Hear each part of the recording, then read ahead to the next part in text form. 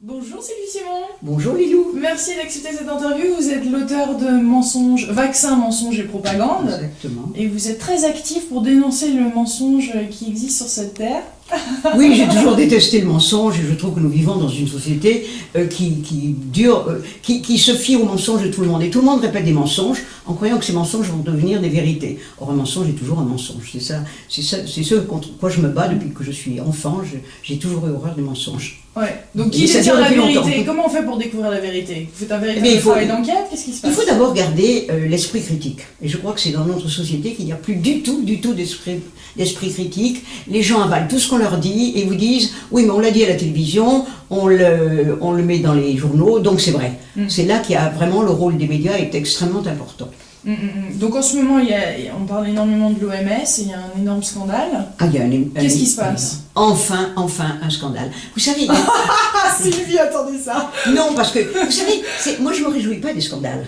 Ouais. Mais ces scandales existent depuis des années, Ouais. des dizaines d'années, et ils viennent enfin à jour. Donc quand je me réjouis d'un scandale, c'est pas du scandale, je suis outrée par les scandales, mais enfin on découvre que c'est un scandale. On admet que c'est un scandale, alors que jusqu'à maintenant, c'était larvé, c'était caché, on ne le disait pas. Donc effectivement, il y a déjà une dizaine d'années, il y avait deux journalistes qui avaient écrit un livre sur l'OMS, et qui avaient appelé l'OMS...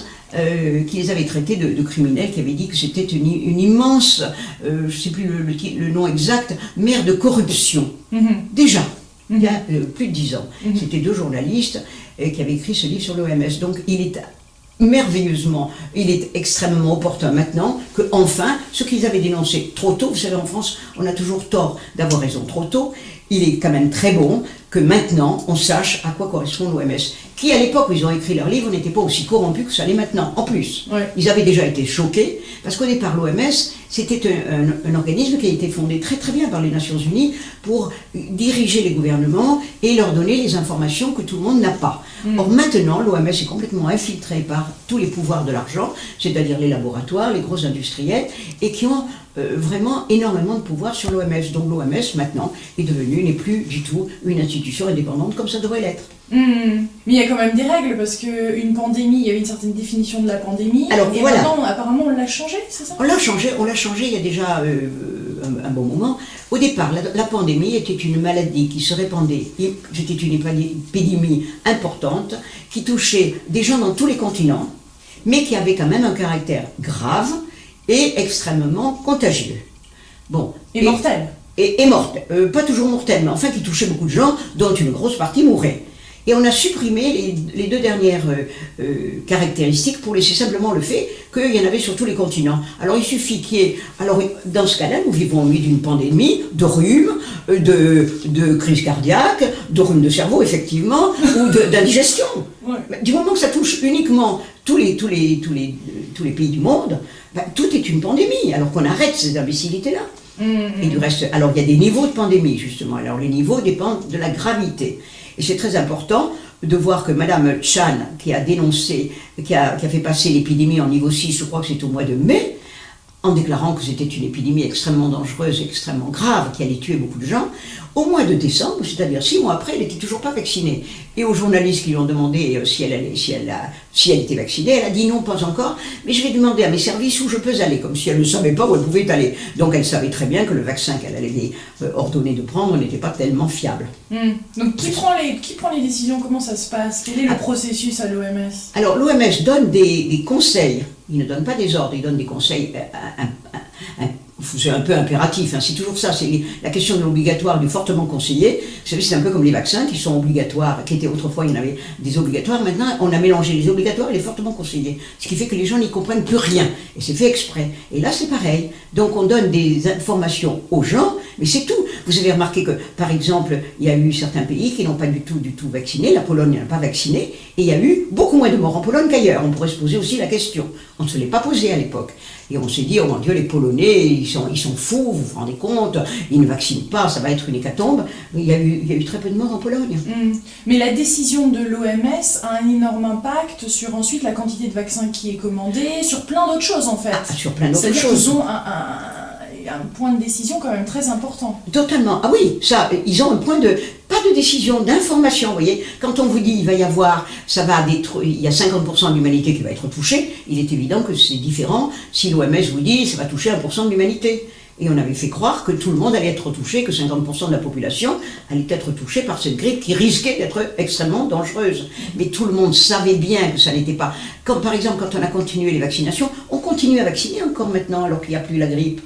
Bon, et alors il y a aussi une chose qui a été lamentable, c'est que ça coûte très cher de savoir qui a eu la grippe ou pas. Vous savez, le moindre examen coûte 80, je crois que c'est 80 ou 90 euros, donc on ne le fait pas. Et on vous dit maintenant qu'il y a eu 200 et quelques morts en France avec cette grippe A. Mais on n'en sait rien. Ah oui, donc de grippe saisonnière, elle est passée à pandémique. Exactement, du reste, on a vu, les premiers temps, on a déclaré que les gens étaient en train de mourir de la grippe, et quand on a étudié bien leur cas, on s'est aperçu qu'ils avaient tous des maladies extrêmement graves, adjacentes à la grippe. La grippe n'a été qu'un détonateur, donc ils sont morts de leur maladie, peut-être précipités un petit peu par la grippe, mais c'est tout. Et à ce moment-là, du reste, il y a eu, j'ai beaucoup aimé, les médias tout d'un coup, au 27e cas, on dit « enfin quelqu'un qui n'avait aucune maladie autre que la grippe ».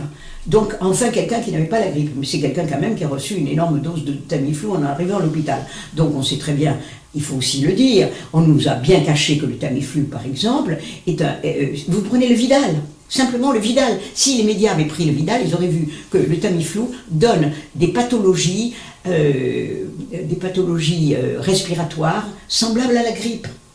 Donc, qu'on arrête toutes ces bêtises-là. Tous les gens qui ont parlé étaient des incapables, qui ne savaient pas. Et je m'aperçois que même parmi les médecins, il y en a beaucoup qui n'ont pas cru à cette grippe et qui vous ont dit « nous nous sommes quand même fait vacciner par empathie pour les autres, pour protéger les autres ». Ils savaient que ce n'était pas une grippe mortelle. Donc, c'est effrayant. Et alors, il y a aussi autre chose quand même qu'il faut signaler, c'est qu'on vaccine tellement contre la grippe maintenant qu'il y a des virus qui circulent moins. Vous savez que le fait que les virus circulent beaucoup moins font que nous n'avons plus d'anticorps naturels. Donc, c'est pour ça que ça a touché beaucoup moins les gens âgés que les gens jeunes, qui, eux, étaient tellement vaccinés dans tous les sens et que comme le virus circule moins, ça c'est vrai, et le virus circulant moins, eh bien, il n'y a plus d'immunité naturelle. Donc et tout ça, on nous l'a caché. Donc c'est bien que maintenant, ce scandale sorte et qu'on puisse mettre le point, comment dirais-je, la responsabilité sur l'OMS, mais sur tous les gouvernements et tous les médias qui ont suivi les ordres du gouvernement. Oui, non mais c'est ça. Quels sont les responsables dans tout ça? Parce qu'il y a quand même les grands médias, il y a le gouvernement, il y a l'OMS, enfin quels sont les acteurs? C'est une véritable... certains parlent de mafia médicale. Exactement, c'est ça. Tout le monde a trempé dans le même bain, hein. Tout le monde avait des intérêts. On ne sait pas qu'il y avait des intérêts ou pas, mais nous avons eu en France, par exemple, le professeur Lignat, par exemple, qui a dit que, et effectivement, il dirige c'est lui qui était le conseiller de Roselyne Bachelot, un des conseillers, mais enfin, il est à la fois conseiller de l'OMS et conseiller de Roselyne Bachelot. Et il a dit, il est payé, il dirige une association qui est financée entièrement par les 5 fabricants de vaccins de la grippe. Et il vous dit que ça n'a pas influencé. Mais comment peut-on croire des choses pareilles? Il y a comme ça en Hollande, c'est lui qui a déclenché un petit peu le scandale qu'il y a maintenant, qui s'appelle le docteur Osterhaus, qui est un Hollandais, et qui est un médecin qui touche aussi depuis très longtemps à tous les râteliers, qui avait commencé à dénoncer la grippe aviaire. Il y a très longtemps, vous vous souvenez, il y a à peu près 5-6 ans, on nous a parlé de la grippe aviaire en 2005, qui allait décimer la population. Bon, ben finalement, la grippe aviaire, elle est partie sans avoir tué grand monde. Hein. Mais il avait préparé tout le monde à la grippe aviaire, et comme il a vu qu'il n'y avait pas la grippe aviaire, il a continué à dire, oui, mais ça peut arriver, un jour il va arriver un accident. Et effectivement, en cherchant bien, ils ont trouvé finalement cette petite pandémie qui a commencé au Mexique.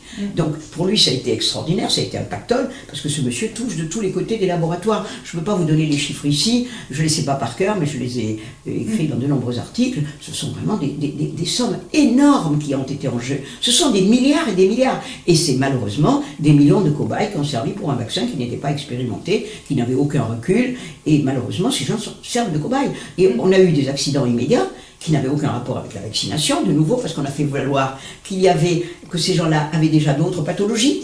Alors que quand ils avaient d'autres pathologies pour être malades, on disait qu'ils étaient tués par uniquement le virus, et quand ils avaient d'autres pathologies pour être touchés par la grippe, on vous disait par le vaccin, on vous disait que ce n'est pas le vaccin, ce sont les autres pathologies. Il faudrait qu'ils aient un discours cohérent. Donc il n'y a pas eu du tout de discours cohérent. C'est extrêmement Mais là, on important. se pose plein d'autres questions dans le coup. Parce que, par exemple, l'industrie pharmaceutique, dans le coup, elle ne servirait pas à guérir certaines maladies, mais à les perpétuer. Évidemment. Mais écoutez, quand vous êtes en bon état, vous savez, il y a eu un scandale comme ça aux États-Unis, il y a quelques temps déjà, qui a été dénoncé par la directrice d'un journal qui s'appelait Marcia Angels, qui a fait un travail remarquable. Je crois qu'elle travaillait pour pour le British Medical Journal. Et elle a dénoncé, elle disait justement que les laboratoires, normalement les pharmacies, et moi je suis totalement d'accord avec elle, je l'avais déjà écrit même avant qu'elle l'ait dit, mais c'est bien qu'on se soit rencontrés à ce point de vue-là dans les dénonciations. Elle disait que les médicaments, les laboratoires pharmaceutiques fabriquaient normalement des médicaments pour guérir les gens malades. Mais comme ils ont besoin d'avoir beaucoup d'argent, ils sont obligés de fabriquer des malades pour vendre leurs médicaments. Quand on aura compris ça, on aura tout compris. Alors qu'il y a certains petits laboratoires qui travaillent vraiment dans l'indépendance pour sauver les gens, je suis tout à fait d'accord. Mais ces gros laboratoires, c'est sans arrêt la recherche du profit. Vous savez que le profit, c'est notre échelon de valeur maintenant, l'argent. Donc pour avoir de plus en plus d'argent, ils sont obligés d'avoir de plus en plus de malades. Donc on n'a pas envie de guérir la population. Quand on aura compris que les laboratoires ne cherchent pas à nous sauver, on aura tout compris. Alors Et les laboratoires ont aussi un lien d'intérêt donc avec l'OMS, c'est ça? C'est-à-dire que les laboratoires ont influencé l'OMS, parce que l'OMS ne vit que de l'aide des pays. Donc, comme les pays ne sont pas assez riches pour les financer, ce sont les laboratoires qui financent. Du reste, on le voit, tous les gens, ils ne financent pas l'OMS directement, ils financent les gens qui sont des conseillers à l'OMS. D'accord. Bon, et qui vous prétendent qu'ils sont financés, mais que ça n'a aucun rapport, et qu'ils ne sont pas directement financés, que ça va à la recherche, etc. Ils se le mettent dans les poches. Du reste, vous allez voir au moment où tout ça va sortir, on va se rendre compte qu'il y a des quantités de gens qui ont touché mais des milliards et des milliards. Si l'OMS était une personne... il y a longtemps qu'elle serait en tôle elle serait en prison au service des grands délinquants, et c'est ce qu'il faudrait, vous voyez, parce que chaque fois que les laboratoires, et ça ne joue pas que pour les vaccins, ça joue même pour les médicaments, chaque fois qu'il y a un scandale qui concerne un médicament, les laboratoires sont condamnés. Chaque fois qu'il y a eu on a vu que c'était vraiment, les laboratoires savaient très bien que leurs produits étaient très dangereux, ils ont continué à le vendre, ils sont condamnés. Alors moi, les premiers temps que je faisais ce travail, j'étais scandalisée, je me disais, mon Dieu, ils sont condamnés à 600 millions de dollars d'amende, oh là là, ça devrait les décourager. Pas du tout, étant donné que ces 5 ou 600 millions d'amendes ont généré 5 ou 600 milliards de profit, pourquoi voulez-vous qu'ils s'arrêtent? On arrêtera les choses que quand on mettra ces gens en prison comme les grands délinquants. Parce qu'on le sait, ça a été, les tribunaux américains n'arrêtent pas. Moi, je reçois tous les jours, sur mon bureau, des informations d'Angleterre et des États-Unis. En France, vous savez que ça, c'est comme le nuage de Tchernobyl, nous sommes protégés. En France, il n'y a pas d'accident, il n'y a pas de scandale, les laboratoires sont tout nets et clairs. Les laboratoires, de toute façon, sont complètement universels maintenant. Les laboratoires ont des pieds dans tous les pays, ils se sont tous alliés les uns aux autres, donc il n'y a aucun laboratoire spécifique de l'Amérique, de l'Angleterre ou de la France. Les Français vont en Amérique, les Américains vont en France, etc. Donc, tous ces laboratoires sont tous très intéressés par tout ça et ils veulent faire de l'argent. Donc tant qu'on ne les mettra pas en prison avec des délinquants méchants, voyez, pour que vraiment on leur apprenne qu'on n'a pas le droit de tuer quelqu'un, parce que c'est par millions de personnes, par milliers de personnes. Quand vous voyez le scandale du Vioxx, par exemple, qui a fait des quantités de dégâts, eh bien on est en train de dédommager les victimes. Est-ce que vous connaissez un assassin qui peut dédommager sa victime et échapper à la prison? Ça n'existe pas. Donc pourquoi échappent-ils à la prison, ces gens-là? Qui est le juge? Alors, qui les juge? C'est toujours pareil, vous savez que c'est toujours des questions d'argent. Alors, il y a des quantités, et dans tous les pays on trouve la même chose. Vous avez des gens qui sont là pour les juger. Ces gens-là sont après engagés par les laboratoires. Il y a un scandale comme ça en Angleterre au sujet du ROR. On sait très bien qu'il y a un gros problème avec l'autisme. Il y a eu des gens qui ont porté plainte. Il y a eu le docteur Wakefield, que je connais, qui est un homme d'une grande intégrité, qui a été accusé à tort d'avoir fait des manipulations qui n'étaient pas correctes. Personne n'a dit que quand la campagne a commencé contre lui, c'est le directeur du Lancet qui a dénoncé la publication qu'il avait faite en 1998. Ça a été dénoncé en 2004 et personne n'a tenu compte du fait que ça a été dénoncé parce que le directeur du Lancet a été nommé directeur non exécutif de SmithKline, le fabricant du vaccin. Ça n'a touché personne. Bon, il y avait 2000 familles qui avaient posé des plaintes. Moi, j'étais en contact avec ces familles-là, avec une partie, pas les 2000 évidemment. Il y a eu 10 personnes qui sont restées dans ce procès parce que les laboratoires les ont menacés. Légalement, si vous voulez, en leur disant vous perdrez votre procès. Ce qui était évident, puisque eux avaient des cohortes d'avocats pour les défendre, et ces pauvres familles, vous savez ce que coûte le prix d'un avocat dans tous les pays du monde. Quand vous êtes une mère de famille qui a un enfant qui est autiste à cause d'un vaccin, vous allez vous adresser à un avocat, ça va vous coûter une fortune. Mais chaque fois, ils perdent parce que les laboratoires sont tellement riches qu'ils ont payé cette cohorte d'avocats et que sans arrêt, ils gagnent du temps. Donc, ça met très longtemps, on retarde les dossiers, etc., etc. Eh bien, on n'a pas non plus tenu compte, ces familles avaient droit à une aide judiciaire, pour justement les aider à supporter leur procès. Et un juge leur a supprimé cette aide. Personne n'a tenu compte du fait que ce juge était le frère du directeur du Lancet. Qui avait, bon, donc c'est extrêmement important, et il a bien fait dire par son porte-parole que ça ne l'avait pas du tout influencé dans son jugement. Non, enfin écoutez, c'est vraiment prendre les gens pour des idiots. Et alors en plus, la campagne a été menée par un journal anglais qui s'appelle le Sunday Times. Or le Sunday Times appartient au groupe de Murdoch, vous savez, qui est un des milliardaires de la presse. Et le fils de Murdoch a été aussi engagé par le laboratoire SmithKline. Vous voyez, tout est comme ça, tout est collusion, pourriture de tous les côtés. Il faut vraiment faire table rase de tout ça. On ne le fera pas, hein.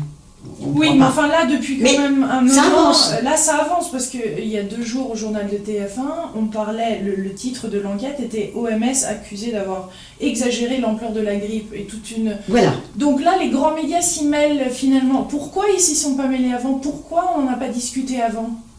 Parce que Quel est le rôle de la télé? De nous informer? Ça, je suis bien d'accord. Mais la télé, alors la télé, et d'abord, bon, elle est quand même censurée, on leur dit ne vous occupez pas de ça, ne parlez pas de ceci et cela, ça c'est certain. Mais la télé et la télévision, autant que les grands journaux, sont financés par la publicité. Bon, les laboratoires sont des généreux donateurs. Donc, quand on vous dit ils ne peuvent pas eux-mêmes se saborder, parce que s'ils disent la vérité, on va leur couper les vivres, on va les jeter. Vous avez vu le nombre de gens qui ont quand même pris certains partis courageusement à la télévision, on les a fichus à la poubelle, on les a jetés, carrément. Vous passez encore à la télé, Sylvie? Pas du tout, je suis passé 2 fois, pas en prime time. Alors ça c'est la différence avec les États-Unis et Parce que là c'est passé aux 20h quand même, hein. En l'occurrence, oui, cette enquête. Exactement, ça c'est bien, mais bon, sur TF1. Les journalistes ont dû avoir quand même du mal. Puis c'est passé parce que le scandale est tel que maintenant on ne peut plus le taire.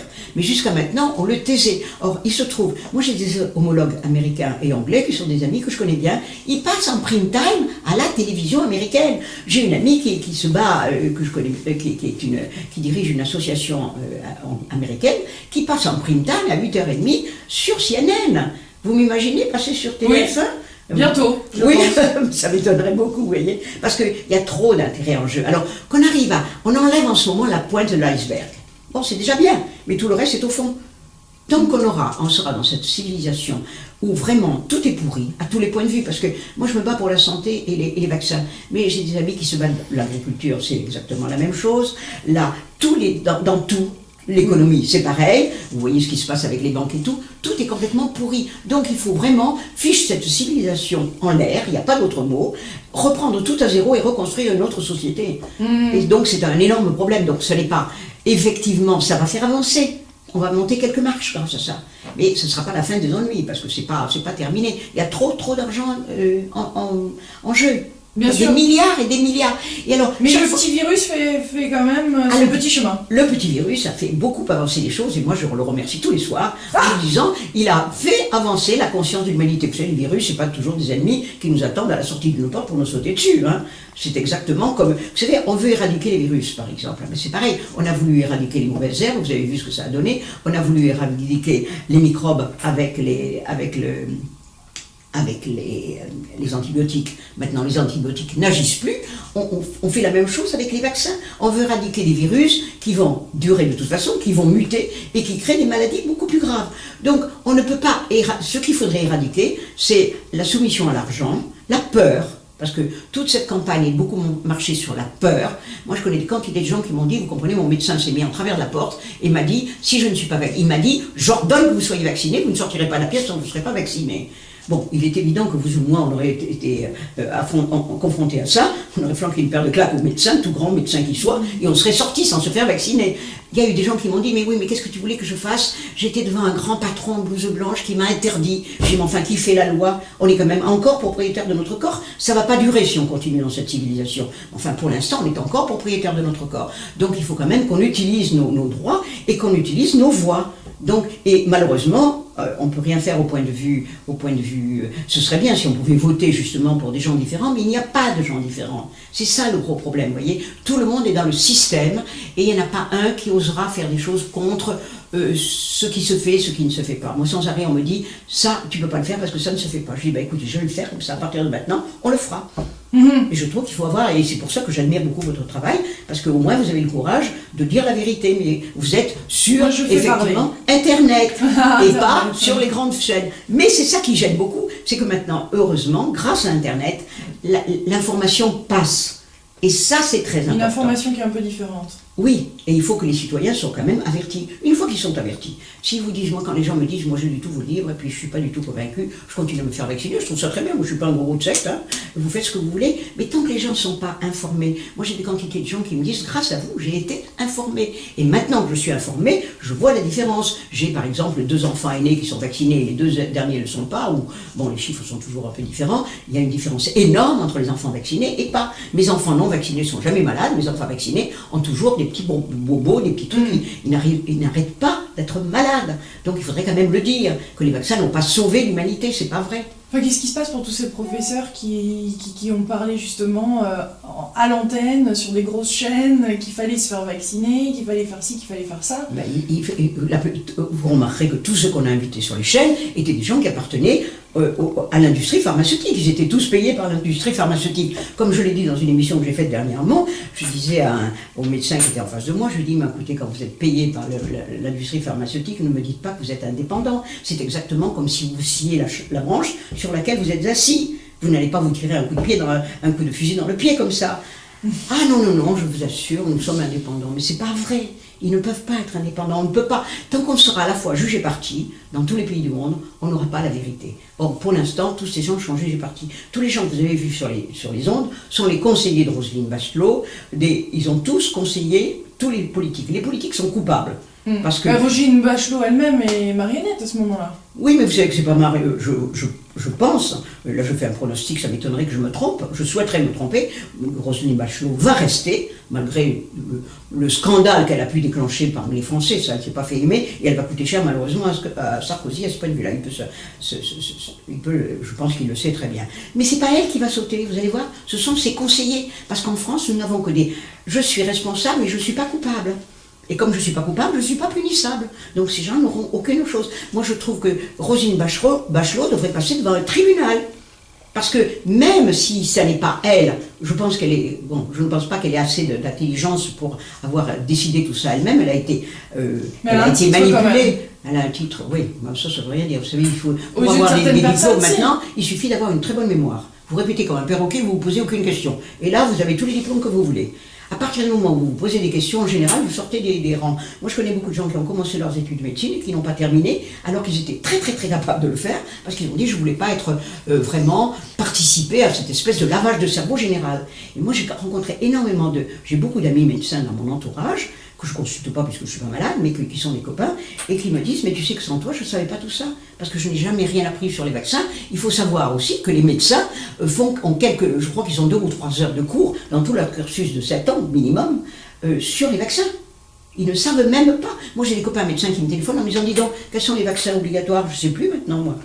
Donc, ils ne sont pas au courant. Les gens qui sont au courant sont les gens qui travaillent tout le temps. Puis il y a un peu un automatisme qui doit s'installer aussi. À force de pratiquer la médecine, ben oui. Il y a un diagnostic, il y a une maladie, hop, il y a des automatismes. Et alors on soigne toutes les maladies de tout le monde de la même façon. C'est la même chose. On va vacciner un bébé de 2 mois avec les mêmes choses qu'un adulte qui pèse 95 kilos et qui a 60 ans. Il faudrait qu'on arrête, qu'on fasse une médecine, je ne suis pas du tout contre la médecine, mais qu'on fasse une médecine personnalisée. Et ça, c'est notre problème, c'est que nous ne pensons jamais globalement dans notre monde. On parle toujours de... Et c'est la même chose. J'ai rencontré comme ça à une radio, c'était pas la télévision, mais c'est une radio d'État, où j'ai rencontré un médecin qui était fort gentil, qui était... Bon, il m'a dit qu'il avait passé 60 ans de sa vie avec le virus de la grippe. Il connaissait tout sur le virus, évidemment, 60 ans. Tu vois, je lui ai dit que son horizon avait été quand même très très limité. Mais il était au courant de rien d'autre que le virus. Même pas l'impact par rapport à la... Il ne connaissait que l'attitude du virus. Bon, donc, vous voyez, tout ça, on regarde tout par le petit trou de la lorgnette. Et on ne regarde pas la chose globale. Résultat, si toute cette médecine qu'on nous prône maintenant, et si l'OMS avait raison, et si Bachelot et toutes ces cliques dans tous les pays, ils sont pareils, avaient raison, les gens iraient de mieux en mieux. Or, ils vont de plus en plus mal. Donc, on devrait se poser des questions. Et quand une société comme ça va de plus en plus mal, un jour, elle fait faillite. La différence, c'est que les gouvernements ne font jamais faillite parce qu'ils repuisent de nouveau chez les contribuables tout l'argent dont ils ont besoin. Cette histoire qui nous a coûté quand même 2 milliards ou 2 milliards et demi, en vérité, ça va... Qui est-ce qui va payer tout ça, vous voyez? Et c'est ce que disait très justement le professeur Gentilini. Avec cet argent, on aurait pu carrément arrêter comment ça s'appelle, envoyer des moustiquaires en Afrique, ce qui aurait sauvé la vie de nombreux enfants. On ne l'a pas fait. On a tout d'un coup levé cet argent pour ce vaccin. C'était pas un truc d'intérêt public. Donc ça prouve bien que ce sont des intérêts qui ont joué uniquement. Ça, et quand les gens auront compris que c'est une question d'intérêt et que cette maladie n'était pas grave et que ce petit virus n'allait pas tuer tout le monde, il faut s'arrêter. Quels sont les autres scandales que vous pensez qui vont éclater dans les prochains mois ou qui sont en train d'éclater, dont on va parler vous savez, au grand jour? Oui, mais les scandales... Alors, on va prendre un exemple. L'amiante, par exemple, c'est un scandale qui a éclaté au grand jour. Elle a mis presque un siècle, puisque l'amiante avait été dénoncée dès 1905, déjà au départ. Donc déjà, on savait que l'amiante était dangereuse. On a découvert que c'était dangereuse, on l'a interdite, mais vous vous rendez compte qu'il y a des victimes qui ne sont toujours pas dédommagées. Bon, il y a la même chose avec le sang contaminé, il y a eu la même chose avec l'hormone de croissance. Vous savez qu'il y a encore des victimes qui ne sont pas dédommagées. Il y a eu, je reçois encore ce matin, je recevais sur Internet des arrangements entre le fabricant du Vioxx, qui est Merck, et des victimes du Vioxx. Ils sont en train d'indemniser des gens en silence pour qu'on n'en parle pas trop. Et quand on sait que ces gens-là, qui ont menti, qui ont été condamnés par les tribunaux américains, ont été des fabricants de ce vaccin, justement, contre la grippe, moi j'ai toujours enseigné à mes enfants que quand on mentait une fois, on passait pour un menteur. Eh bien non, ces gens ont été condamnés par les tribunaux pour mensonges aggravés, continuent à fabriquer des médicaments et continuent à informer nos hommes politiques. Donc ils sont informés par des menteurs, par des voleurs, par des gangsters et parfois des assassins puisqu'ils ont tué des gens. Et ça passe quand même. Donc il y a quand même quelque chose qu'il faut remettre en question sévèrement. C'est ça qui est très très grave. Et ça, les gens ne sont pas au courant, vous voyez. Mais de quoi on devrait être au courant dont on ne parle pas spécialement à la télé, justement? Non, mais justement. Alors, par exemple, on nous dit, vous voyez, il y a un vaccin, ça n'a plus de rapport avec les laboratoires, mais c'est quand même pareil. Il y a eu un vaccin qui s'appelle le Gardasil, qui a fait un scandale, et on vous dit... À quoi sert le Gardasil? Le Gardasil, c'est un vaccin contre le papillomavirus qui, dans certains cas très rares, peuvent donner un cancer du col de l'utérus. Enfin, alors on a commencé à vous dire que c'était un vaccin contre le cancer, ce qui était faux, mais même le laboratoire l'a dit. Moi, je suis amusé à téléphoner chez Pasteur, il vous disait, et c'était le Pasteur on nous a dit que c'est le Pasteur qui le fabriquait. Pasteur n'a fait que le commercialiser. Le fabricant est Merck. Merck, c'est le laboratoire qui a été condamné à cause du Vioxx. Il a eu le prix du MEDEC avec ce Vioxx, maintenant il a eu le prix Galien avec l'autre vaccin, et on vous dit, c'est un vaccin qui est bien, mais ce vaccin il est fabriqué par un criminel, et on le prend quand même. Et alors, puisque nous parlons du Gardasil, je vous signale qu'il y a un autre vaccin qui s'appelle le Cervarix, qui correspond au même et qui est vendu en Angleterre. Bon, eh bien, il y a beaucoup de dégâts avec ça et on ne sait pas du tout. C'est pour protéger normalement les filles d'un cancer qu'elles auront dans 50 ans. Comment voulez-vous qu'on sache si c'est bon ou pas? Eh bien, ce vaccin-là, comme il n'arrive pas à le vendre bien en Angleterre, vous savez ce que les pouvoirs publics ont trouvé? Eh bien, les Anglais, et ça m'étonnerait qu'on n'essaie pas un jour on risque de faire la même chose, parce que vous savez qu'on copie toujours les pays étrangers dans ce qu'ils ont de mal et pas dans ce qu'ils ont de bien. Ces enfants, ces filles maintenant, à partir de 16 ans, sans la permission de leur mère, peuvent aller se faire vacciner, alors que normalement il fallait quand même, ce sont des mineurs, il fallait la permission parentale, se font vacciner et on leur donne une prime de 45 €. C'est authentique, hein, c'est pas un gag. Donc les laboratoires, le gouvernement anglais paie des jeunes filles avec les deniers publics pour se faire vacciner. On est vraiment tombé sur la tête. Pourquoi ferait-il ça? Ah ben ça, j'ai pas compris très bien. Il y a quand même quelque chose qui est louche là-dessous aussi. Mais vous savez, c'est un peu... Dès qu'on touche au vaccin ou à la santé, c'est la boîte de Pandore. Vous ouvrez ça et vous ne savez pas du tout ce que vous allez découvrir. Et moi qui suis dans cette lutte depuis plus de 15 ans maintenant, je découvre chaque jour des choses plus importantes, des choses... Chaque fois, tous les jours, je pousse des hurlements en me disant « mais c'est pas possible, là ils vont très loin, très loin, très loin. » Et ils vont de plus en plus loin. Donc ils vont pas de plus en plus loin. En vérité, on découvre qu'ils sont allés loin. Comme on vient de découvrir le scandale maintenant de l'OMS.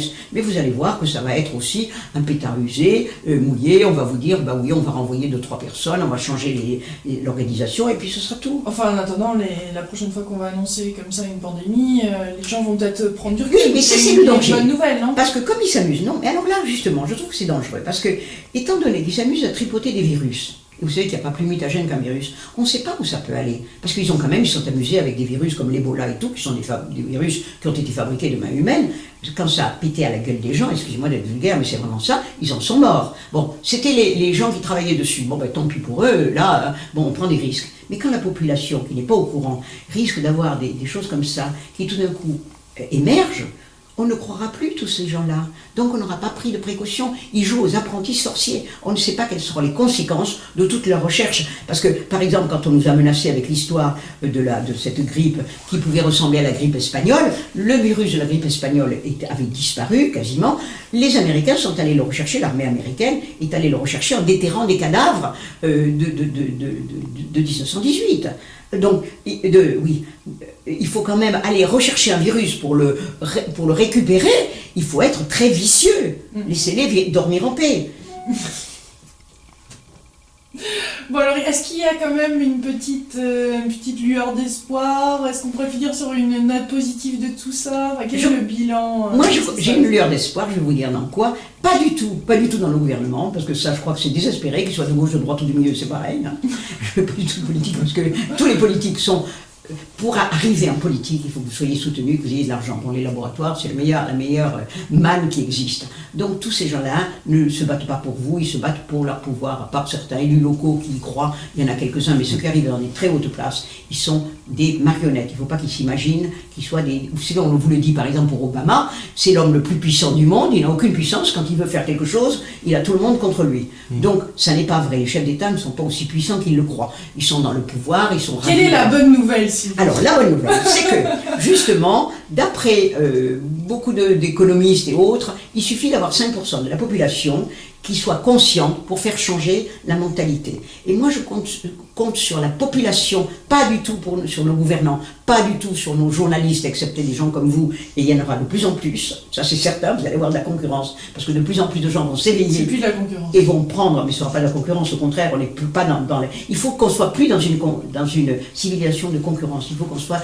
dans une civilisation d'harmonie, de travailler tous ensemble, personne n'est concurrent de personne, tout le monde, au contraire, on devrait tous s'entraider. Donc à partir du moment où les citoyens auront pris conscience de ça, et ce petit virus, je vous dis, a bien aidé quand même les gens à prendre conscience de tout ça, exactement comme la crise écologique et toutes ces choses-là, je pense qu'il va y avoir un changement de conscience, et il suffit que nous soyons 5% pour changer complètement la mentalité de l'humanité. Vous savez, c'est l'histoire de la physique quantique, et il suffit d'y avoir quelques personnes qui font tout changer. C'est l'histoire du centième singe, je crois que tout le monde la connaît, c'est pas la peine de la répéter à la radio, mais tous les gens, au moment où le centième singe, ou le 300e, je ne sais pas comment ils étaient exactement, a pris conscience qu'il fallait laver les patates, et bien à ce moment-là, tous les singes qui étaient séparés pourtant, même à des kilomètres de là, séparés par la mer et autres, tous ont fait les mêmes gestes. Donc je pense que quand il y aura 5%, vraiment 5% de l'humanité complètement consciente, ben, toute l'humanité va changer. Quand l'humanité va changer,